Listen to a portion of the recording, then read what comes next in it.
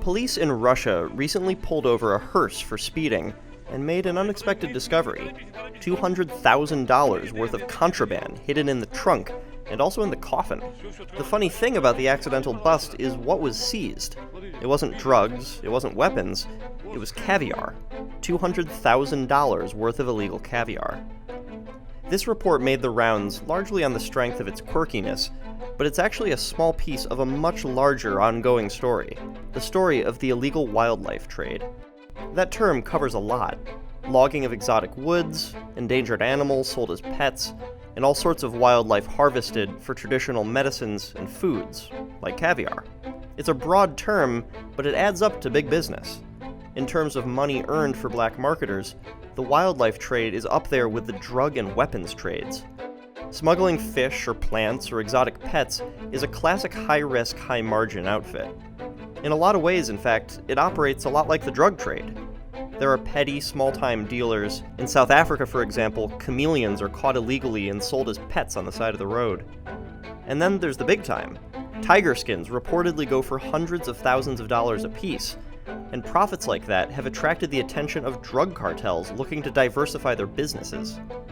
In other words, the drug and wildlife trades are similar enough that they're actually starting to merge. For the most part, wildlife smuggling is something that individual countries have to manage themselves. The United Nations did create a treaty known as CITES, which lists specific species under threat of trafficking and recommends enforcement policies to member countries. And the vast majority of world governments have signed on to that treaty. But CITES itself has almost no enforcement power. So, like the UN, it's often accused of impotence.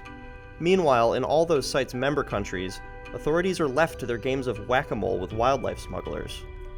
That accidental caviar bust is just one example, but it's actually a pretty dire one.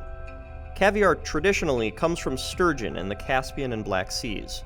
Beluga sturgeon, the largest species in the family, produce the most prized caviar, and because of that, they're critically endangered. In the 1990s and 2000s, beluga experienced a 90% drop in population. In response, the US has banned imports of it, and Russia has greatly restricted beluga harvests. The root of the problem is that eating caviar is celebrated in Russia.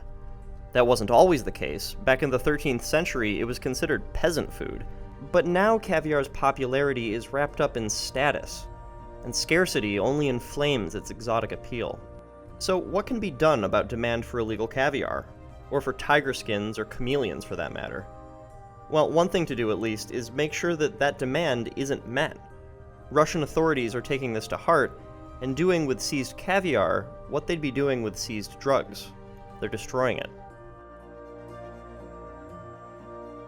Our profiting from and disrupting of the environment is not limited to wildlife.